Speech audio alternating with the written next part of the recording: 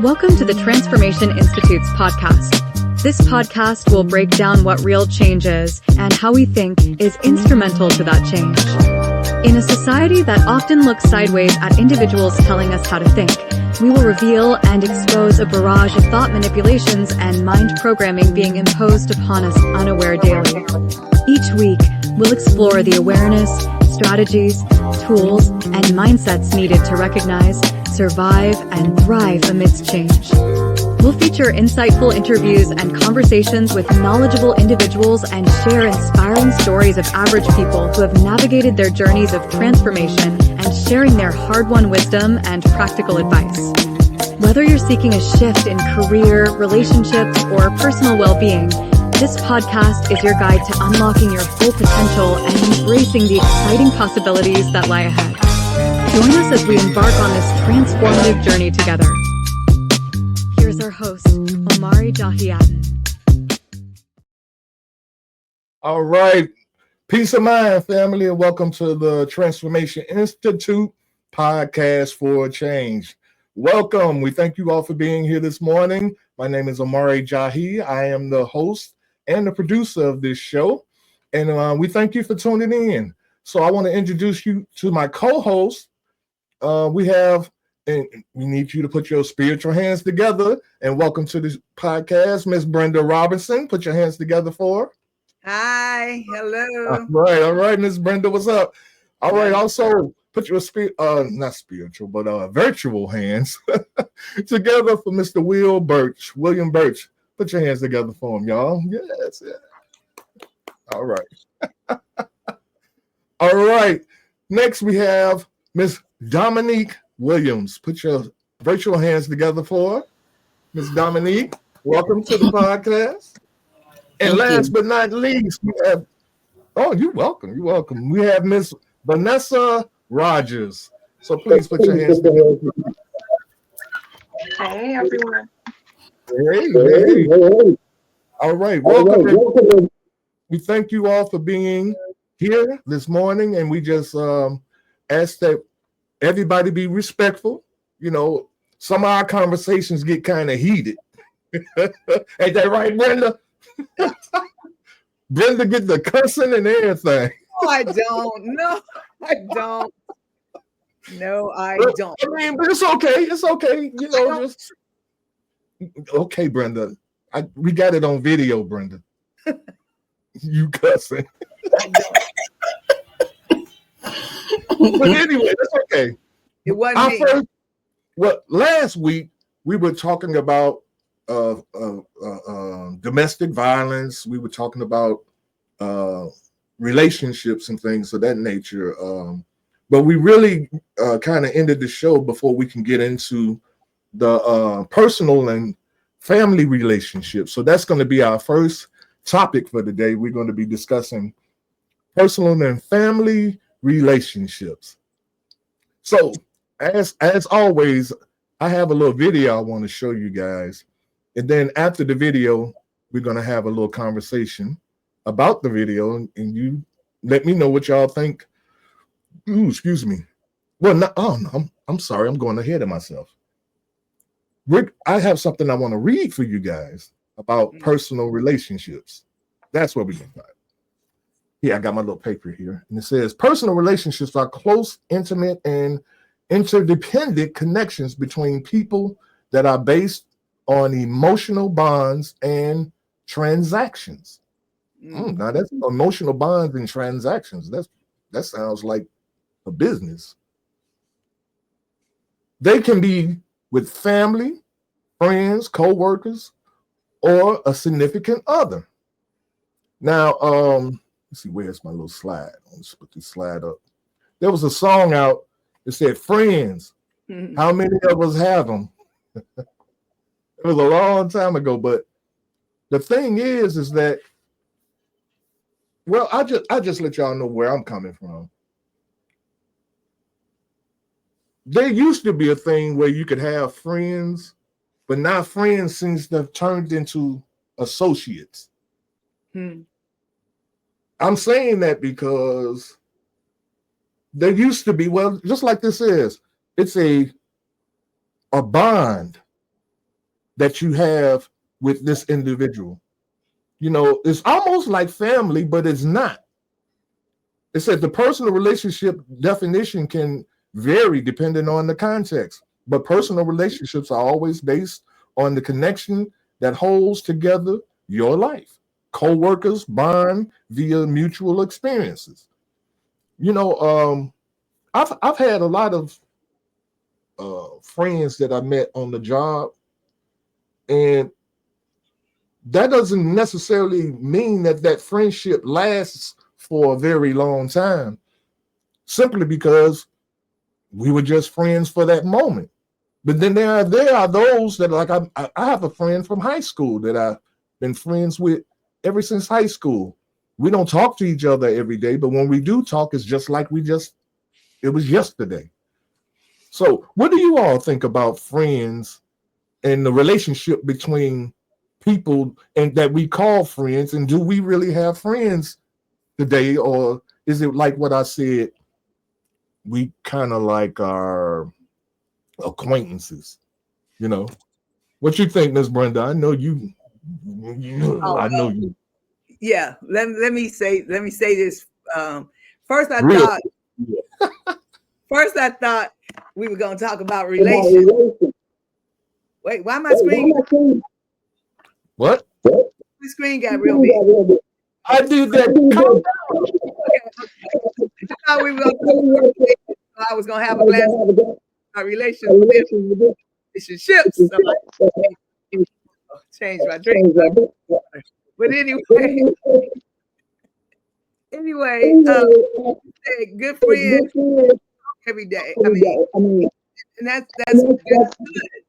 I have that we're talking about William Birch, who is on here, is a good friend of mine. That's been my friend for many years, and we met on the job. So you know, you talked about that, friends on the job, and we met on the job. And how many years it's been? Will, he's like my little brother. He's just not friend anymore. He's like family. You know, I don't see him as a friend. You know, he got a mom, but you know. Now, what qualified that for your relationship to extend past year after year after year after year? We just started talking on the job. He was a little shy at the time, and you know me, I'm not shy. I just talk, and I guess I won him over, and he just been hanging out with us ever since. I mean, we talk about everything. You know, we hang out. He come to family functions. You know, he came in, and it got to be a heart thing too. You got to care for them. I don't know. We began to care. I care about him, like, you know. I mean, really, with a family member. I gotta do a family member, and I'm gonna hurry up and be brief so everybody else can talk. But I actually have friends from kindergarten. We on a chat every day. My friends from kindergarten, and then I have a chat with old coworkers, and it's been years. So I don't know. That's who I am. You know, I meet you like Vanessa. You know, I met her through somebody. We hang out sometimes. And what is your name again, niece? Dominique. Dominique. Yes. Oh, see, Dominique. Yes, ma'am. Dominique got that face like she could be my friend too. So I don't know. I look at people. I mean, if there's some people there's not. There's some people who I met on the job, and I talk with them, and I don't talk with them anymore. But if I see them, I can still be cordial. But yeah, you'll know it when you'll feel something. Something happens. I don't know. I'm one of them people though. I don't meet strangers. So I'm gonna quit with that. I don't meet strangers. Will? I think that we have friends for support systems and advisory systems, right? Mm-hmm. To piggyback on what Ms. Brenda was just talking about, our relationship is really is unique, right? Because like we did meet on a job. I started my first professional job when I was 19 years old. I met Brenda. She was harassing me as I was pulling the milk cart. believe it. I believe it. And it's funny how this worked out because Brenda said something about sometimes you gotta have a heart, right? Well, we actually have six degrees of separation, really, because what Brenda didn't mention is, me growing up, I grew up unbeknowingly next to her nephew, who is currently one of my best friends since we were like 7 or 8 years old. And he lived right next door to my grandmother, and he would leave every summer, and we would sit on the porch and we'd be mad, like, where they taking Chris, and all along it was Brenda picking Chris up, and I didn't know that. Now, is that ironic or what? That is. Damo, what you got to say, babe? What you think about friends? I be seeing you on Facebook. You be going off on some folks. Uh-oh. Oh, I'm sorry. You muted? Oh, okay. There you go. Well, yeah, I do. Uh-oh. Did you freeze? Because I really don't have friends. I'm gonna say this. I started out.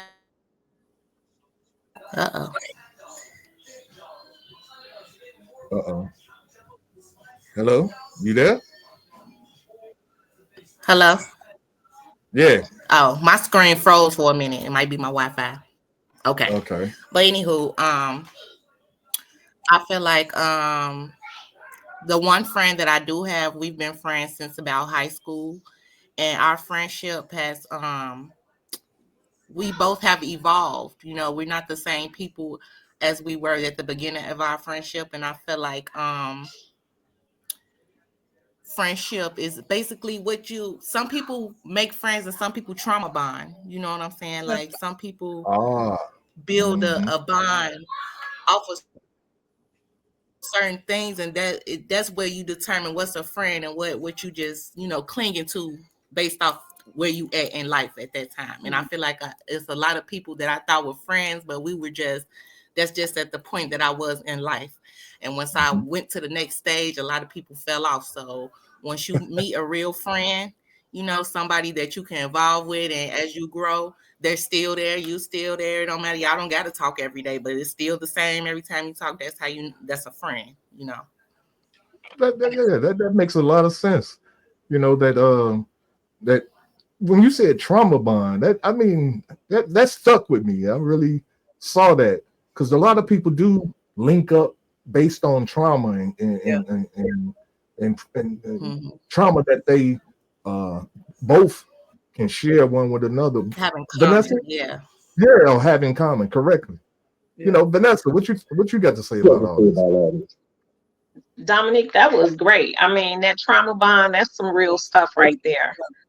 Now for friendships, I think for the friendships that actually withstand the test of time, it's because you find your tribe, you find your people. You all are so similar where it makes sense. As long as you're on the same page and you move with the same intentions and what you want from your friend wants from you, then you're fine. Miss Brenda, she met me by meeting me through people. I actually love Brenda to death. I did meet her through Bam and Omari. So, and just as Omari started the segment, we met at the job, and our little group became like a family. We're going like 24, 25 years strong. So at this point, I see them as family. If I say Bam, everyone knows who Bam is. If I say Omari, they know who I'm talking about. If I say my little crew from the West Side, they know who I'm talking about.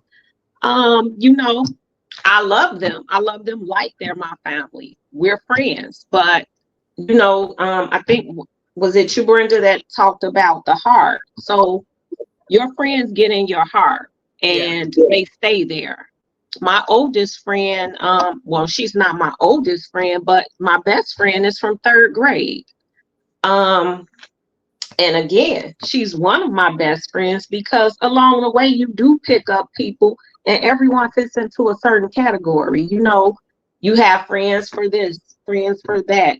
But at the end of the day, you all bond and you all share something in common. That is so true. And the fact that we met the job, and you know, matter of fact, we met before I met Bam. So me and Vanessa was kind of friends, or we were co-workers. I put it like that. Okay. We were co-workers, and then we both met Bam around the same time, you know, and so we've been very good friends for like you said, Vanessa, a very, very long time. Now you know you're starting a war again, but okay. That kind of brings up another dynamic to the situation that, you know, kind of causes a lot of confusion in life, and it's the question about, can males and females be friends? Because what we just discovered right here is that we got two sets of friends that developed at a job and it's still going right now. Right. Yeah. Well, that's proof for itself that it works. It can. It's a big argument though when it comes to when it is. Know, it's a big argument with that though, and we just heard a genuine connection with male and female friends. Yeah. So this may help somebody who's freaking out when their significant other, the other relationship is upset because the lady has male friends or the male has female friends. Yeah. Well, I guess we don't have that problem with Bam, do we, Vanessa? There's a lot of relationships out there that do have it though. Right. That's what I'm saying. That might help someone. Yes. This might help somebody to see this. Might help someone. Yeah. Well, we got a new relationship, y'all. A new relationship in the White House. This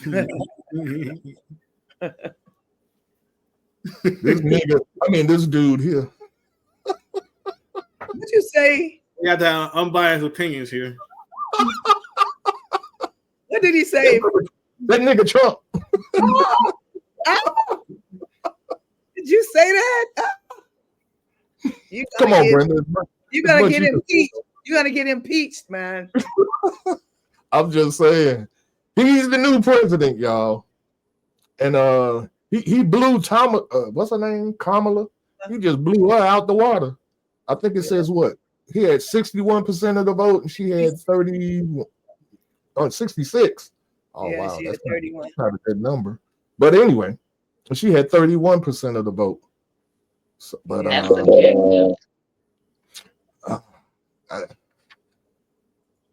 check out this video. That's all I got to say.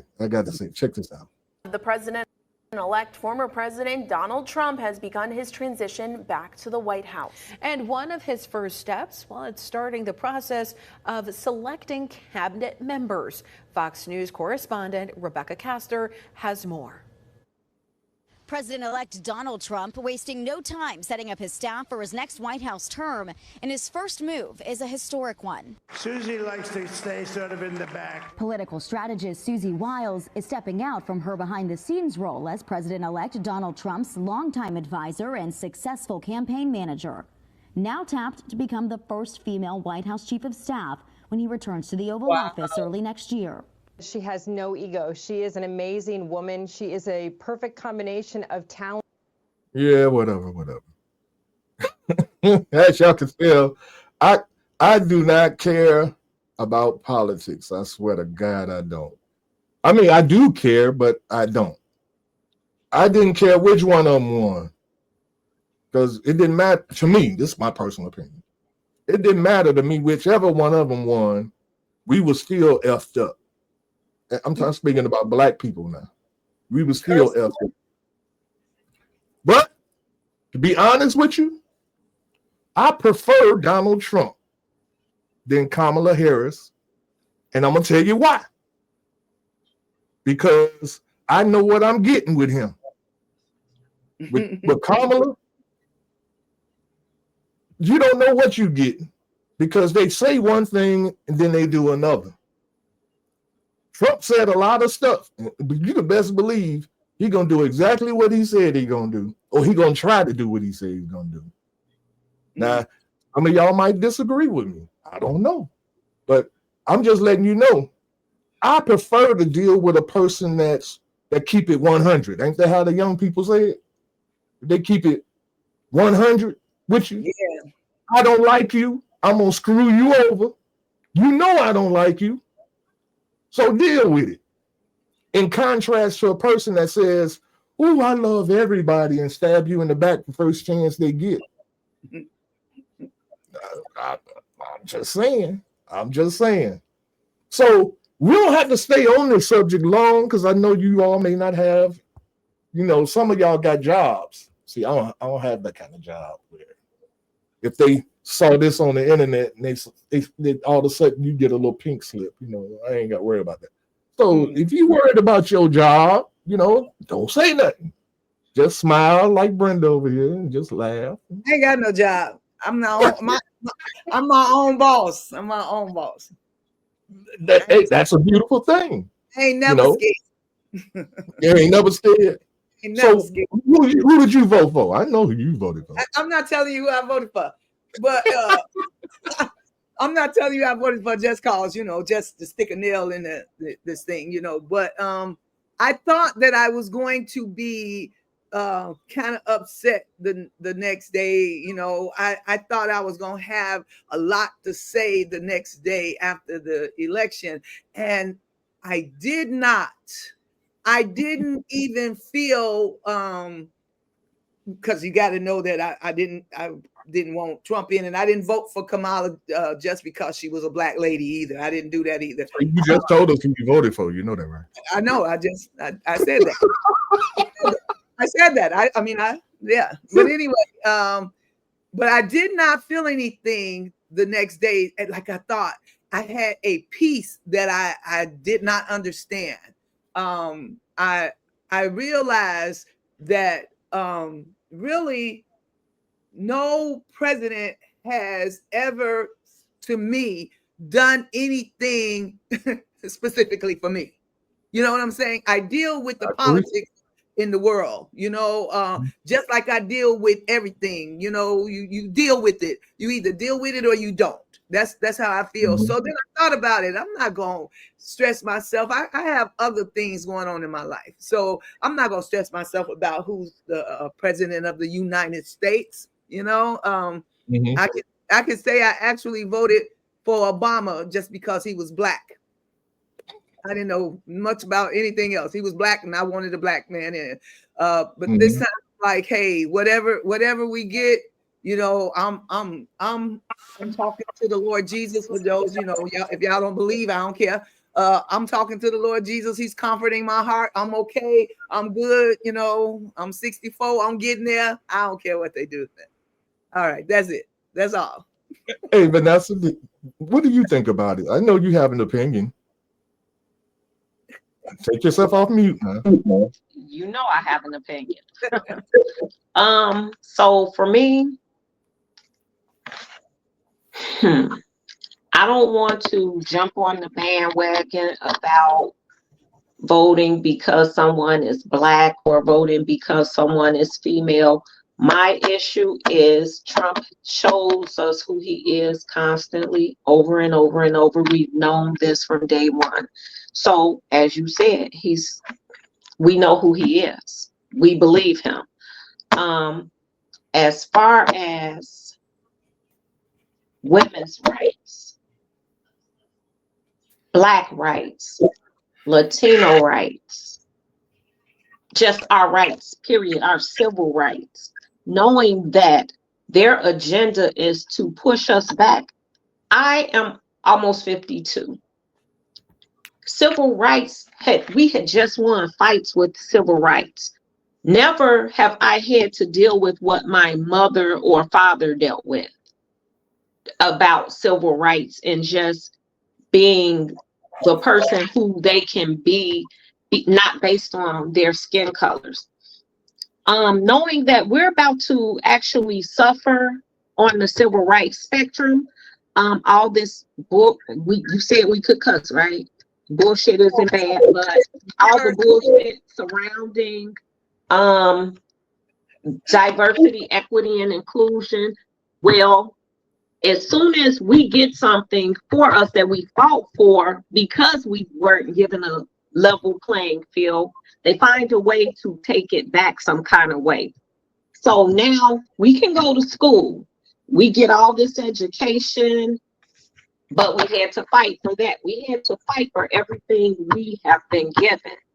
And they work twice as hard to take it back. It's not, now it's full gear. Everything that we have, women's rights.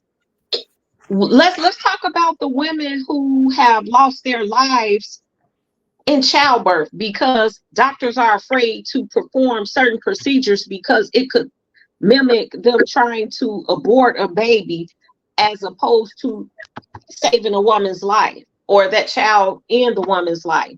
So knowing that we have lost at least 2 Black women at a time when Black mortality rates for infants is high, no. You both said something, and I don't know if it's because we're older, but for me, I have to think about these rights may affect my child, my child's child, and generations to come. Knowing that a generation or 2 ahead of us will have to go through what generations behind us went through is bullshit. I shouldn't have to fight to be on the same playing field as someone else just because they're one color and I'm one color.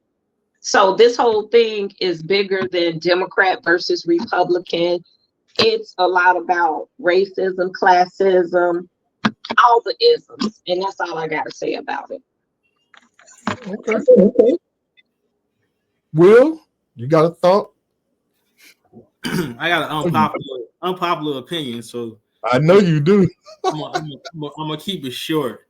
And I'm not gonna say who I voted for, but I will say that I voted for the person that I felt like that would address issues head on and make a decision, not this whole pushing the can down the street until next year, until somebody else deal with it. I don't deal with personalities. I deal with people. We all got personalities, and a lot of our personalities aren't very favorable. People don't like us, and for whatever reason. So we always gonna find a fault in a particular person. So I don't deal with personalities, but I do deal with the person who gonna go ahead and wear the jacket of making a decision to move the country forward. Okay.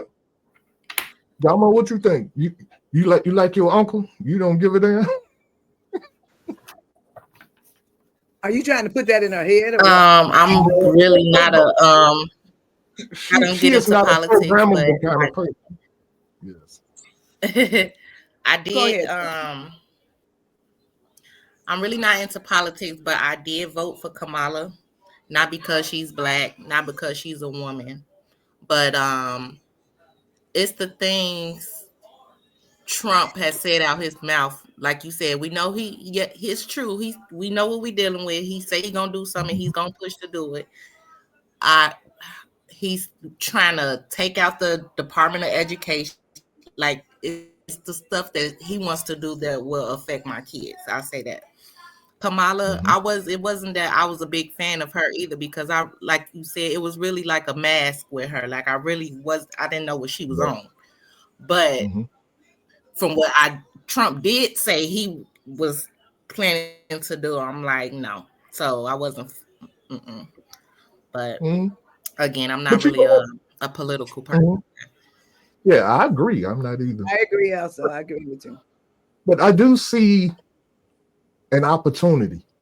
This is what I want to say, and then we'll move on to the next subject.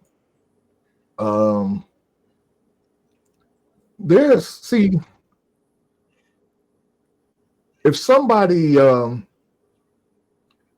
hired you as a lawyer, let's say you're a lawyer, and somebody hired you as a lawyer, and at some point they decide that I'm going to fire you because I don't really need you anymore. You have now the opportunity to either create your own firm, or then you can just keep wallowing in the sadness or the anger of, I can't believe they fired me. I did all this for them, and I did that, and I did this, and I was loyal, and I was that. See, this is how I see Trump. Trump, to me, this is just me, it's the best thing for Black people because he gonna make you do for yourself. Absolutely. He's gonna force you. You don't like his educational system? He want to mess up the educational system? Then Black people, create your own educational system. He's going to force you. You see what I'm saying? And this is why I'm saying that it's an opportunity. But the challenge that we have, and this is the problem we've been having for centuries, I have to say, for years, is that we don't have leadership. There's nobody to spearhead what we want. You know, and so hopefully a leader will come out of this. Trump will create a leader for us. That's usually how it happens. You know, Jesus Christ came along because of how the Romans was treating people. You know, I don't know, but I know for a fact that he's going to be better for us than Kamala would have been, because all she would have did was constantly keep putting a Band-Aid on her axe wound. And that's what they've been doing forever, making us believe that everything is okay when everything is really effed up. Trump ain't going to make you believe everything is okay. He's going to tell you it's effed up, and this is how I'm going to fix it. He's going to get rid of the immigrants. You know, some people don't like that. I'm for it. They need to go back to where they were. You know, they wouldn't, I bet you, where they come from, they wouldn't let you over there in groves and bus loads and everything to go in their communities and start living in their parks and on they wouldn't do that. But we think it's okay. That's well, maybe I shouldn't say we. Some of y'all think that's okay. You know, but I'm gonna get off my soapbox. Okay, you know, can I say something? Most definitely. Okay, what you just said, I just heard that on Sunday afternoon. I heard someone talk about that, and you do have to come like look at these things from a different perspective. Like Vanessa said, we hear what he says. Like I can't stand the fact that he had all these felonies and all that stuff, and I think about, you know, all this personal stuff that a Black man in America with these many felonies wouldn't even been on the ballot, all that kind of stuff. You know, we could think about that. But it's like you said, I mean, and see, a lot of people have to hear this stuff, you know, like the Transformation Institute. You got to, you know, you got to hear some stuff sometimes to transform it. If in our communities we never hear this, people tend to stay the same way. But I heard a young man say on Sunday, he said, I applaud Trump's that motto that he says, making America great again. Guess what? He said, we pray that Jesus mess around and make Trump make America great again. Like for us, you know, like you said, giving us that fight, make our own stuff, do our own stuff. We have to listen and want more, and let that be a challenge for us to make America great again. Okay, that's all. That's all. Can I piggyback on that for a second, just to point one thing out? We hear about a lot of complaints across the United States about the education system, about how schools are not educating our kids the right way. The kids aren't learning this. The kids are being exposed to this and that. Why are we fighting the fact that somebody giving us the rights to take education back so we can own it and educate our own kids? We talk about our kids don't know Black History Month. We talk about our kids don't know nothing about government affairs and starting businesses, check accounts. Why we can't take that over and teach our own kids? Right. Why are we fighting against that? because we don't see it that way. You know, that's what I just said. It's like, you know, we've been programmed to see things a certain way. That's what I'm saying. Somebody got to come in and say that. My big beef is, you know, and y'all know, I'm gonna say this, and y'all know I'm not at you. I guess because I want a black man to lead some things. And I be saying, where are the men that stand up and say, no more, we ain't doing this no more? And I'm sure there's somebody out there doing that, but I can tell you my experience, I don't see anybody like in my community. You know, I haven't gone to anything where or heard of any young men going to a thing where they come back and they talk like this, like, you know, the education system. Why? You know why? Why? Tell me why. We see more now than ever. You say what? We see more now than ever in our face. Everybody that's been labeled a leader going to jail. Anybody that's taking or getting killed, going to jail, or they're getting wrapped up in media with some kind of scandal. No one, it's like gang leadership. Nobody don't want to be in the gang because they know you're gonna get the RICO case. No one wants to be labeled the leader. Now, people are out there doing work, but they're moving in silence. They're working in silos. There's a lot of people out here doing work that people don't know about. That doesn't mean that because you don't see a black man standing up. We know we've learned, our generation X at least, have learned how to sit down, take a back seat, and still get our job, get our mission accomplished. You know what I'm saying? But what if we don't know it in our communities? You don't have to know it. As long as you feel the impact of what we're doing is what we care about. I don't want the credit. I've always been the type of person is. I say the credit. I say the justice. Listen, what I'm saying is I write legislation. You guys know that. I've never went out looking for credit for writing legislation, because the legislation I write is for all black people in the state of Illinois. So I don't care who takes the credit. I just want the whatever we're writing or whatever we're putting in place to impact our people in the right way. So that's the mindset of a lot of these young black leaders out here.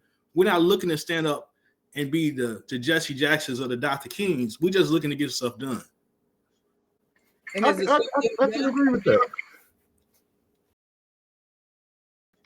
I won't say that the communities doing things, but as Brenda said, maybe we just don't see them. We don't know that because they aren't out in the forefront, but they do exist.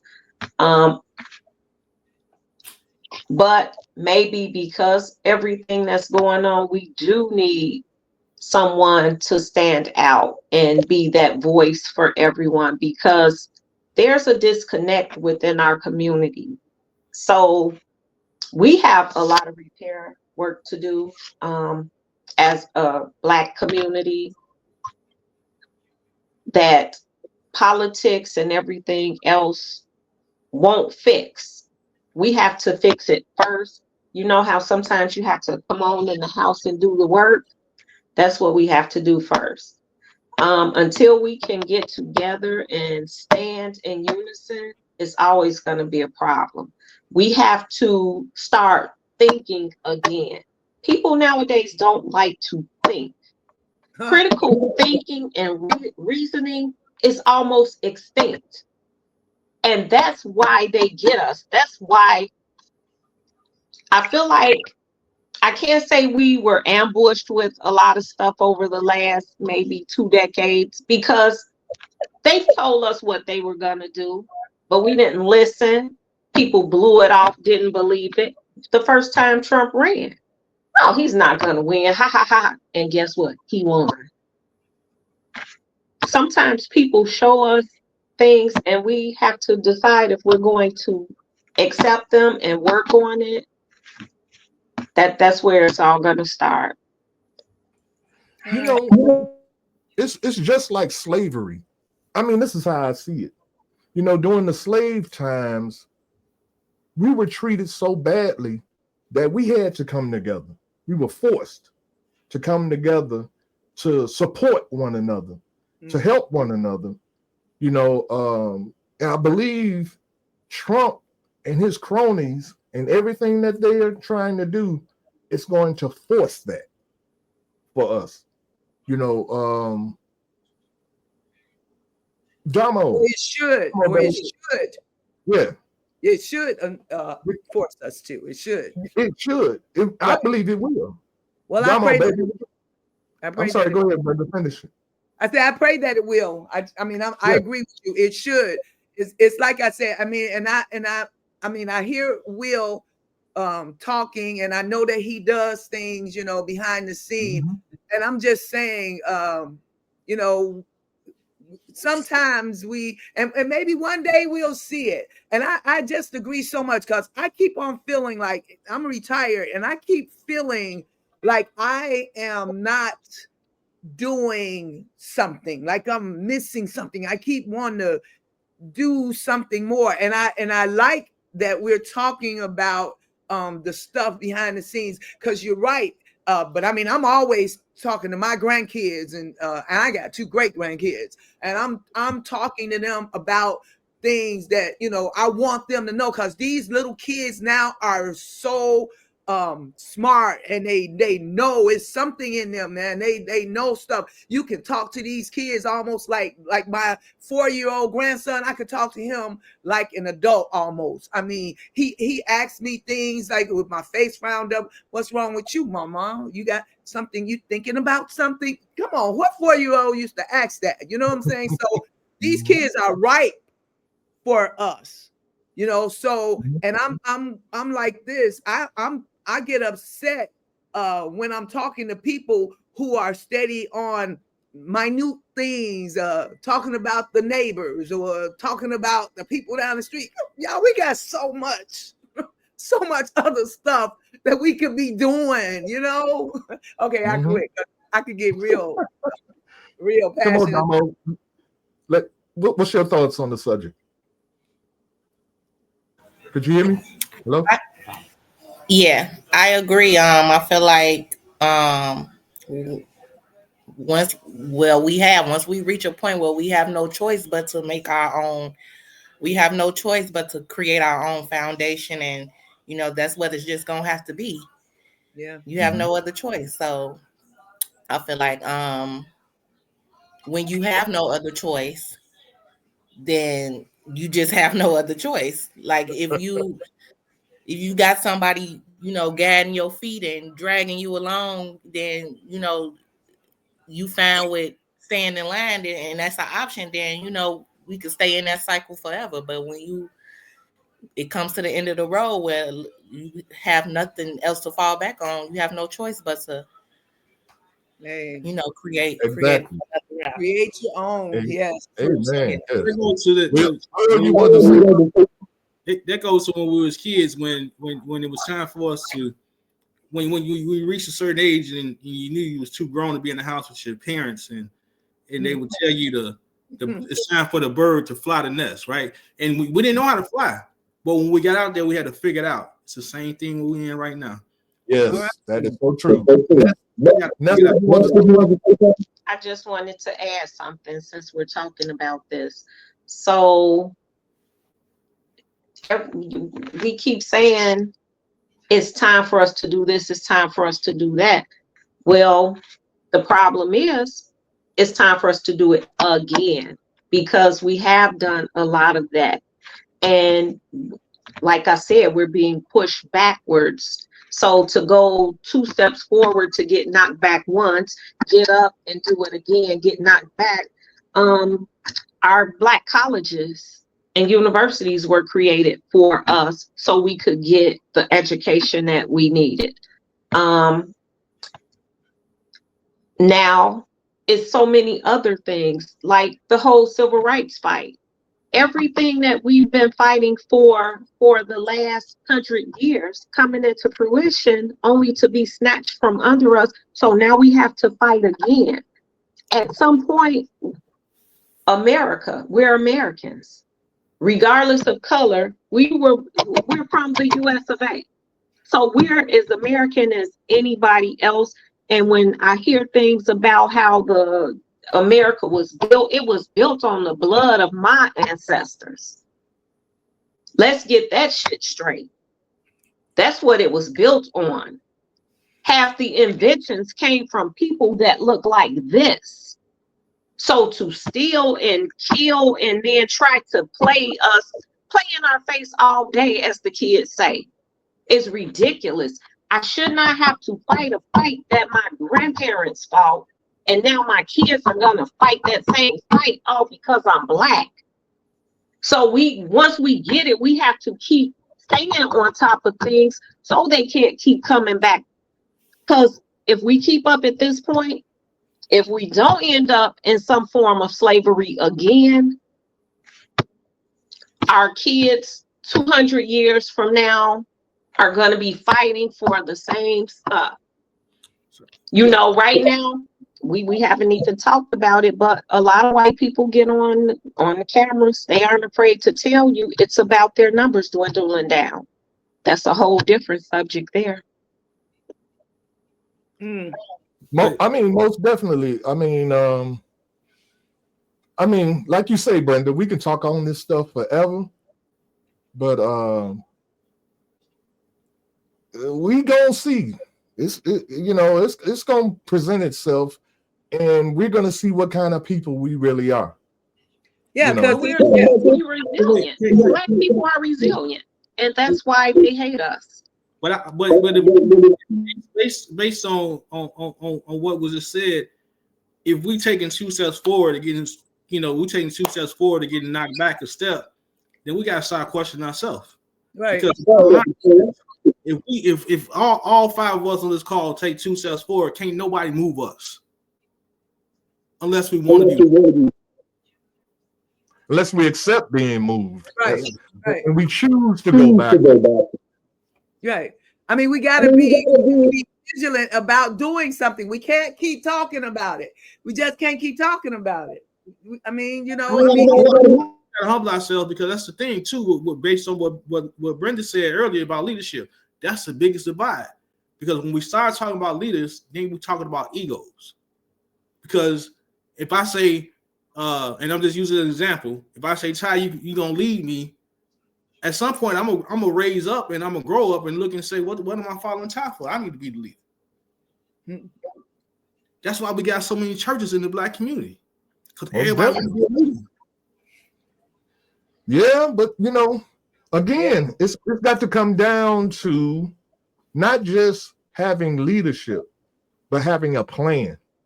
See, we have to plan for what we want to do. I'll put it like that. We have to plan for it, and then we have to implement that plan, and that takes organization, planning, strategy. It takes all of those things, which we are not together, but that's all right. Trump gonna bring us together. We are not organized. That's okay. Trump gonna make us organized. You see what I'm saying? He gonna make it because he's not allowing us to be a part of what white people call their corporations, their businesses. So this is why I want to speak of roles, because see, these roles of men and women in family households, that's where government begins. It begins at home. Now I want to show this video real quick, dealing with, or it's kind of discussing some things dealing with about men and women roles in households.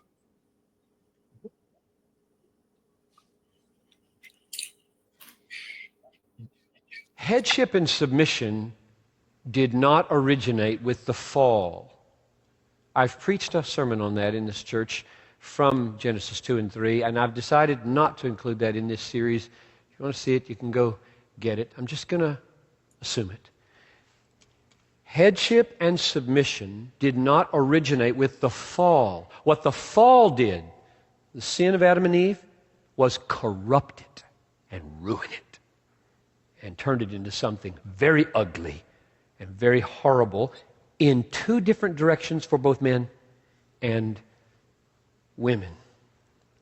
What it did for headship was to destroy the humble, loving headship into either hostile domination and abuse or lazy indifference with a can of beer and a bag of chips till 10 o'clock, and then he asks for sex. Thank you for your help with the dishes and the house and the kids. And you want sex? So you can either be an abusive abuser of headship, or you can be a lazy neglecter of headship. I thought when I came to the pastorate 27 years ago, this would be my main problem. I would be dealing with women who are coming to me about abusive husbands. Well, there are those, more than we know, probably. That has not proved to be the main problem, just because of our Christian culture. The main problem is women with broken hearts that their husbands don't lead, don't take any initiative. What it did to submission was also one of two things. It took willing and happy and creative and articulate and intelligent submission and turned it either into a manipulative groveling or obsequiousness, or you drop the handkerchief. Oh, can you pick that up? I can't bend down. That silly caricature of femininity. Or the brazen, stark, uppity, nobody's opening the door for me kind of rejection of headship. All right, y'all. He said a mouthful. Now, based on what he's saying that, well, I know there was a word in there that I know most women don't like. He said submissive. I know that was burning a whole bunch of people's ears, because a lot of times you hear that women are supposed to be submissive to their husbands, right? But then what he was saying is that women aren't submissive anymore because men aren't what they're supposed to be. Men are either brazen, aggressive, angry, combative with their wives, and or they're either trifling, lazy bums who don't want to do nothing but just sit back and, like you say, drink a can of beer, eat some chips, and watch TV all day. So why should a woman submit to a man that's one of them? And then what is it that a man gets if you got a woman that uses femininity as a manipulative tool to get men to sniff up behind them and pamper them and, oh, let me hold your chair for you, let me open the door for you, and this and that and another. This is what society says men are supposed to do, but then you have women that says, I don't want you to do none of that for me. What has this society gotten to? I think we spoke on this last week where I was saying, I think I said something to the fact that a man don't want to do nothing for a woman because she's too independent. Why? What can we do? Will Trump fix this too? Will he push us back together as men and women? Or will we just continue to fall apart, like they say, as fools? What are your thoughts? Well, I think if we're going with the theme of fixing our stuff, because Trump is going to try to, allegedly, like enslave us again. Let's use that word. I think that if we all start thinking about doing our own, then if there are because there are men who are doing what their jobs to do, or what quote unquote their jobs to do, and there are women submissing. Is that a word? Submissing to them. Yeah. That's happening too. Submissive. Submissive. There are some submissive wives and men who are handling their business at home. There are those. We do see a lot of men who are not working, not taking care of the home, and that's happening too. All this is happening and has been happening forever.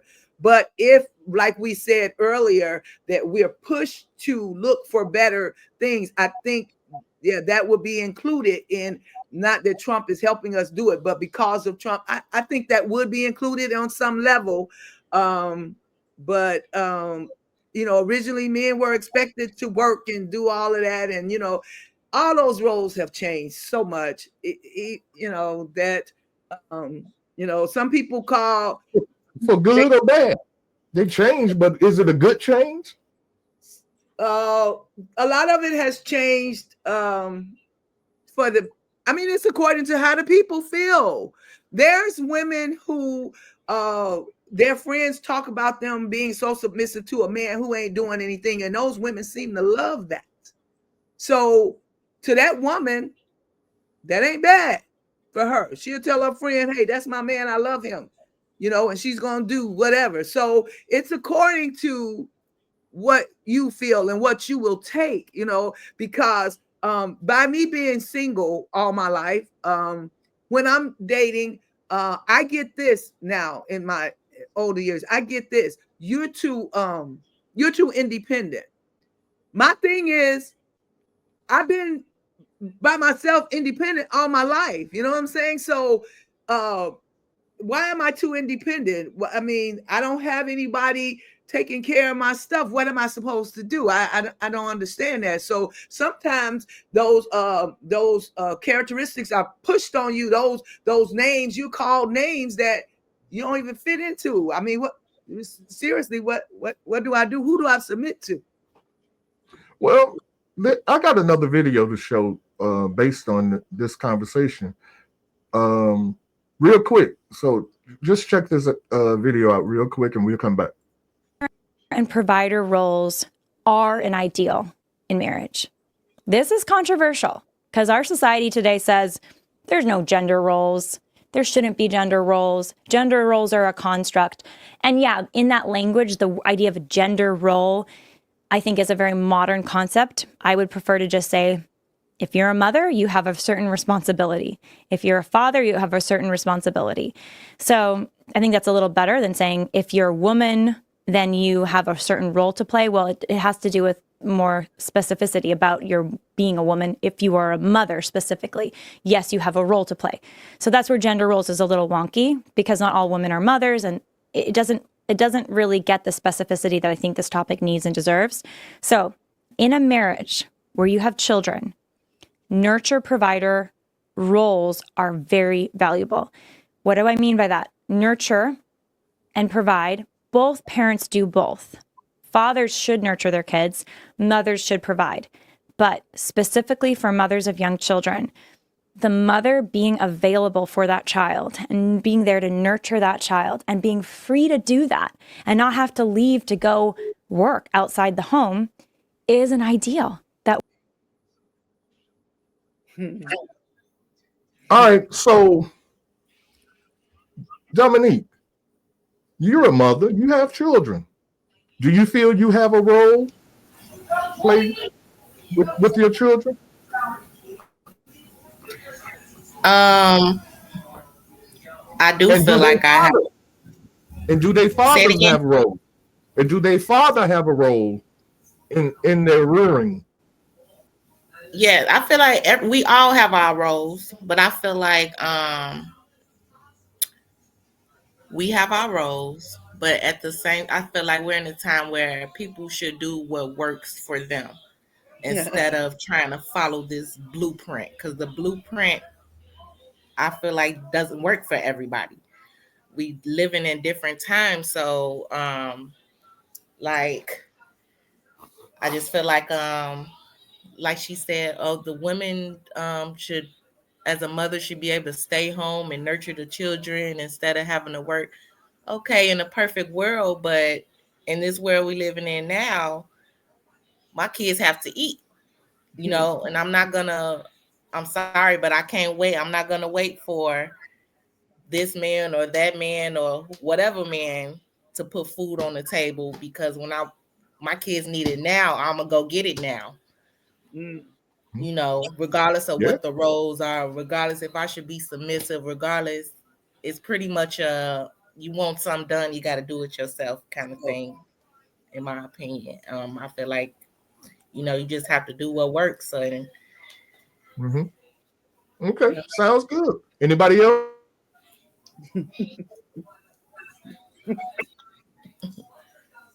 Okay, all right. No, nobody has a thought on this, huh?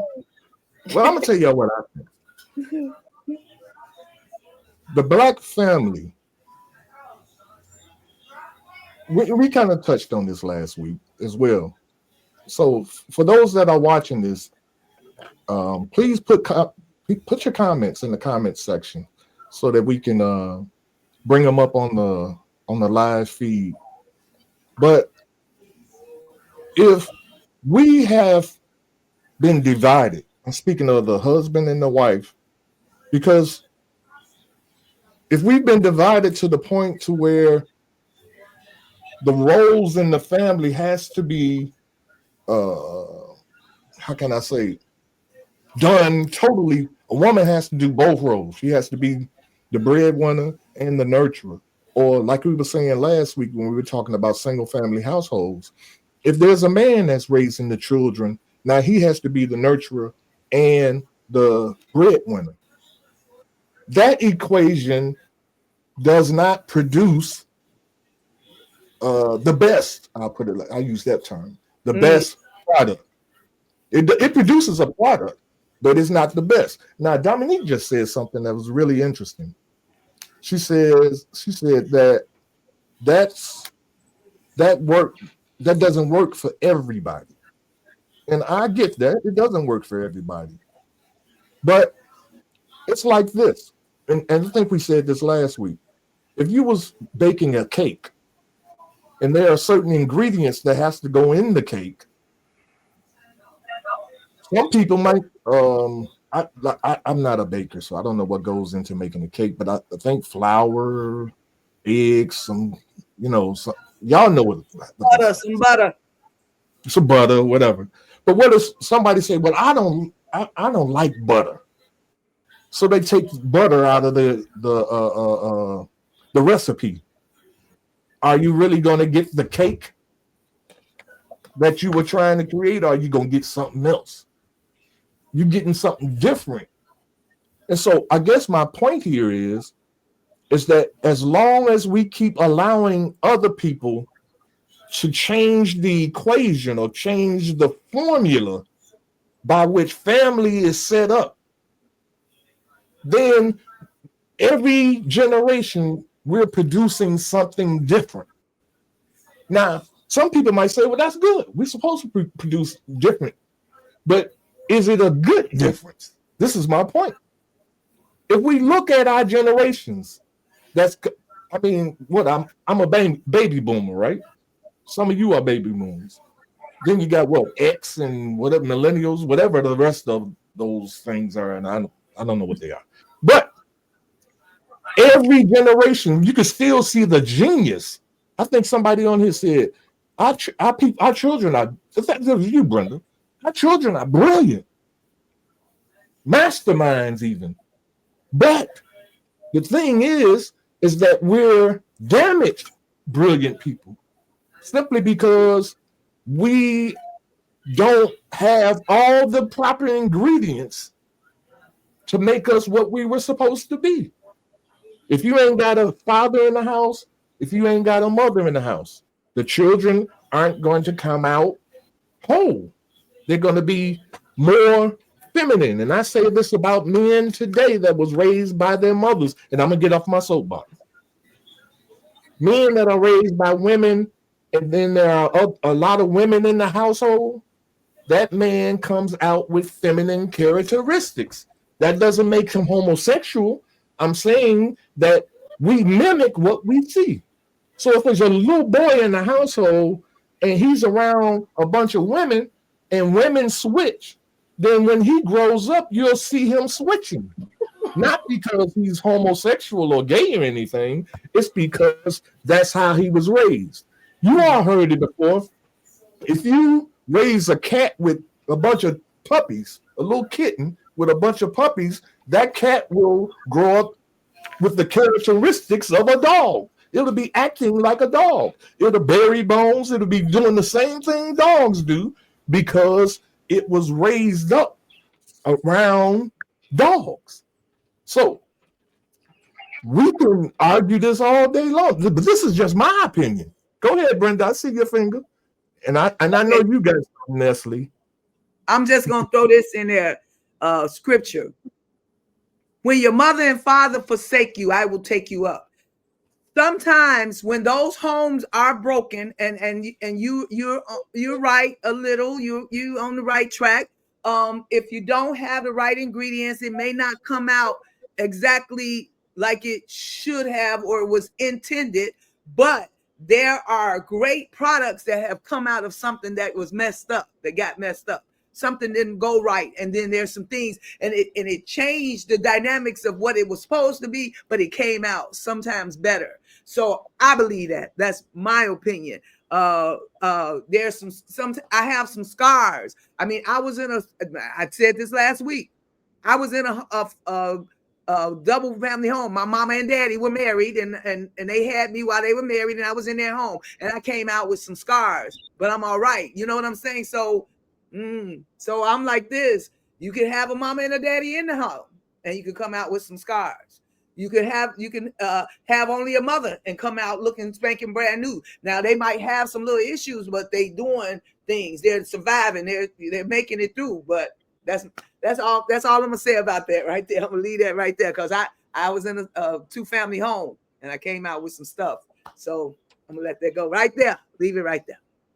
Yeah, you can have a male and a female in a household, but that doesn't make them a father and a mother. You said also last week that you asked your father, and you up next, Nestle. You asked your father. Okay. Yeah, why couldn't you just be my daddy? Why couldn't you just be a father to me, hold my hand and things of that nature, right? Like a daddy does his children or whatever. And his response to you was, I don't know how. Right. He didn't know how to be a daddy. How many of those are out here? Or what about a woman don't know how to be a mama? Mother. Right. That's what I'm saying. There's going to be all kinds of scenarios, but something good can come out of those scenarios is what I'm saying. Everybody don't have to come out. They could come out with a limp, but they're successful, but they got a limp. You know what I'm saying? They could come out of there blind, but they're creative and they're doing some things. That's all I'm saying. That's all I'm saying. Everybody, yeah, okay. That's it. Nestle? There's a psychology about everything in life. For some situations where it's maybe a 2-parent household, maybe one parent is bad, the other parent is okay, or maybe both parents actually suck at the parent game. 2 negatives equals a positive. Sometimes it's all about adaptation.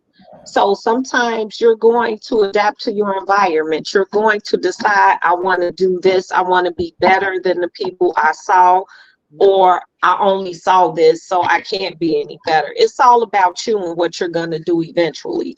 For some households, there are many households where men were raised by women and they didn't come out with feminine ways or feminine thoughts, because some women, and this is one of those things where it's controversial, men tend to think that women can't teach a man how to be a man. But if there was a man in that woman's life, she saw how a man moves, she saw how a woman moves, so she can tell her son, hey son, that's not how you move. The best thing is if there was a man present, that's the best of everything for everyone, best of both worlds. We should have a nuclear family where there's a mom and pop present, but like Brenda said, it doesn't always work. So it's about you adapting to your environment. And sometimes it becomes a mental thing in our community because we see so much. We've been through so much, the whole trauma issue, so we become who we grow up to become based on what we really want to do. Because there are people who had dope fiend parents from the 80s. They won't touch drugs because they saw what it did. But you got some who came from religious families, never did drugs, and they go out and do all the drugs. So it's based on you at the end of the day. But we just have to do better as a community. And we have to raise each other's children, our children, like we used to at the end of the day. So, yep, it goes back to the formula. So we got to believe in the formula. Go ahead, Will. Go ahead. No, I was just gonna say I wasn't gonna say that earlier, but Vanessa did touch on something that I didn't grow up with a father, right? I didn't meet my father until I was 47. But I did grow up in a household with my grandmother and her daughters, and I was the oldest grandchild, oldest grandchild out of all the grandkids. So I was that boy. I was my grandmother's first son, pretty much. That's how I was raised. In the dynamics of my raising, that I grew up thinking until I probably was in like high school, or looking at, not thinking, but looking at. I know I didn't have a father, but I had structure like a father, right? My mom was my mom, but my grandma was almost like a man because she treated me like my dad. You know. Yes, sir. So to Vanessa's point, it depends on the dynamic of the situation. And listen, I ain't got no family. I ain't started switching. I love women, like, and I was raised, and I love women, and I appreciate women, and I understand them more in life as an adult man because I grew up with my aunties and seeing them in relationships and things of that sort. So I could pretty much understand different things that women would do in my relationships. All right. Well, guys, we're kind of out of time now, so we're gonna have to close down. But before we get out of here, I want to get everyone's closing thoughts. You know, give us a couple of minutes on kind of rounding up everything that we talked about today, and share with our listeners, you know, what your closing thoughts are. So we're gonna go backwards. We're gonna start with Vanessa, then Dominique, Will, what's her name? Oh, Brenda. Yeah. Brenda, and then I'll go last. Closing thought. Well, my closing thought for the conversation tonight, I just hope that as Black beautiful people, that we can get our stuff together and we can start thinking the way we used to and embracing each other the way we used to.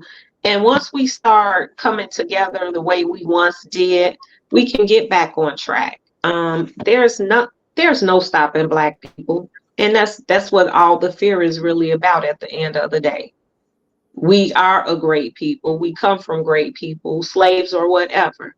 Not everyone has a slave story, but hey, they trying to take our history away from us too, because they know what they're dealing with. If there's something so special about you, sometimes you will have people in opposition of you. And we've dealt with it for hundreds of years, and we'll probably be dealing with it hundreds more. But at the end of the day, I just want us to get our house in order. And we can't keep worrying about other people's homes. We have to get our house in order. Amen. Amen. Hallelujah. Damo? Yes. Was it Vanessa? Yes. Vanessa, like Vanessa said, I feel like the change always starts within. You always have to work inside out. So, before we even start to see anything begin to change on the outside, we have to go within and work it inside out. And I feel like that's the best route to go moving forward. Fantastic. Right. Will, your closing thoughts? Well, I think that the number one thing that we need to do as a community is first identify our real identity, what we want to be identified as, and then chart that path based on that identity to help, build and improve our community ourselves instead of waiting on somebody else to come save us. All right, Brenda. Oh, I get a turn. Okay. I agree with Will. In our community, in our homes, and like this show is about, our thinking, renewing our minds to something. We know we've been in a fight for years. We're gonna keep fighting the same fight. We got to really stop and think that. What I see in our communities is us at each other. I see that in our families. We didn't get deep in the family thing today, the personal family relationships, but in our families, we've had some hurts and some downfalls and some stuff that keep us right there. I think that we have to really look at this thing like you all said. Everybody kind of came together with this election is going to show us or make us do some stuff. I think we need to really talk about that. I think this show, if we really get it together here and get this stuff out here without it being, it's personal to us, but if we get it out here and then someone else, we're not the best. We're not the only ones. There's somebody else. We hold the hand of someone else. We help somebody else and we watch God change things. That's it. Yes, ma'am. Well, I don't have much to say, but I do believe. Come on, Brenda. But I do believe that again, as I said earlier, we have an opportunity. Whether we take advantage of the opportunity or not, it's on us. As you said, Brenda, it's how we think. If we can't change how we think, and if we can't understand that there's a way that seems right. There's a way that seems right. But that way is not right. It's not. If we look at the effect, I'll use that word. If we look at the effect of how we think right now, and we look at the effect of how we were thinking back in the 60s and the 70s, we were more together then. Seems like because, you know how many people it was that was a part of the civil rights movement? It was hundreds of people. And these people had jobs. When they decided to boycott the bus back in the day, do you know there was still some black people that rode the bus? It wasn't that many though. But today, if we said today that we gonna boycott CTA, we'd be the only one boycotting. Because we just don't get formulas. Right. I agree. We don't get that if you keep taking away things that you're going to get something different. We don't get that. There's so much that I want to say. So I'm being funny, but I'm not being funny. Women have mastered that. To take something away to get what they want. I'm just that's a whole nother conversation. But look at okay. You can't keep, and I think we said this last week, and I'm gonna shut up. Every generation, we take something away. My generation didn't like the fact that our parents gave us whippings. So when I have children, I ain't whipping my children. Oh, we lost somebody. Vanessa. I'm not whipping my kids. Will messed her up. The next generation decide they didn't like the fact that their parents did this. So when I have children, I'm not going to do that. So things get taken away. Every generation, things get taken away. But we think we still going to get good things coming out of it. Right. This is all I'm saying. We have to go back to discover the formula for success. What that formula is that we have to discover, we have to, as a race of people, implement it. If we teach our children this because Trump took away the educational system, then we have an avenue now to be able to teach our young people the formula for success. Right. We can do that.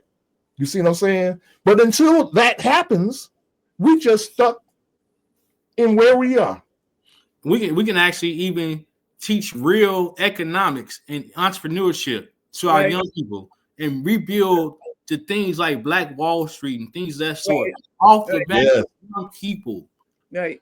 With our knowledge and our know-how from working in corporate America and sharing that with these young people, we could be building a whole different generation. Yes. Most definitely. I feel that from this. I mean, I hadn't thought about none of that until this evening. I'm just gonna say this one thing. This song came to my mind. Teddy Pendergrass, "Wake Up Everybody, Time to Teach a New Way." Maybe then they'll listen to what we have to say. Back then they had songs that really spoke to us. Yes. And now we abandoned those, but look, this stuff is gonna come back and it's gonna help us. I think it can help heal us, because that right there, "Wake Up," that whole song was for us. And Marvin Gaye's "Make You Want to Holler, Throw Up Both Your Hands." What was that? Most definitely. All right. You guys, thank you for being here. Thank you, Dominique, Will, Brenda. Thank you all for being on the show.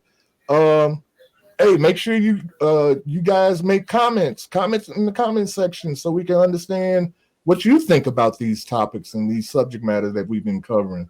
And we'll see you again next Saturday at 11 o'clock. So until then, peace of mind. Peace. Keep your peace of mind, because that's the thing that's going to pull us through. Right. God bless. See y'all later. Bye-bye. Thanks for supporting our podcast. We look forward to seeing you next Saturday. Until then, strive for a peaceful mind. Your activity will reflect that peace.